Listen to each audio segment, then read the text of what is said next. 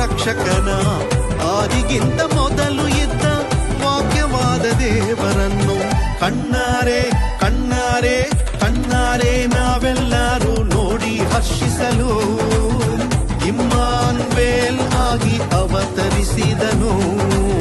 ಕಣ್ಣಾರೆ ನಾವೆಲ್ಲರೂ ನೋಡಿ ಹರ್ಷಿಸಲು ಇಮ್ಮಾನುವೇಲ್ ಆಗಿ ಅವತರಿಸಿದನು.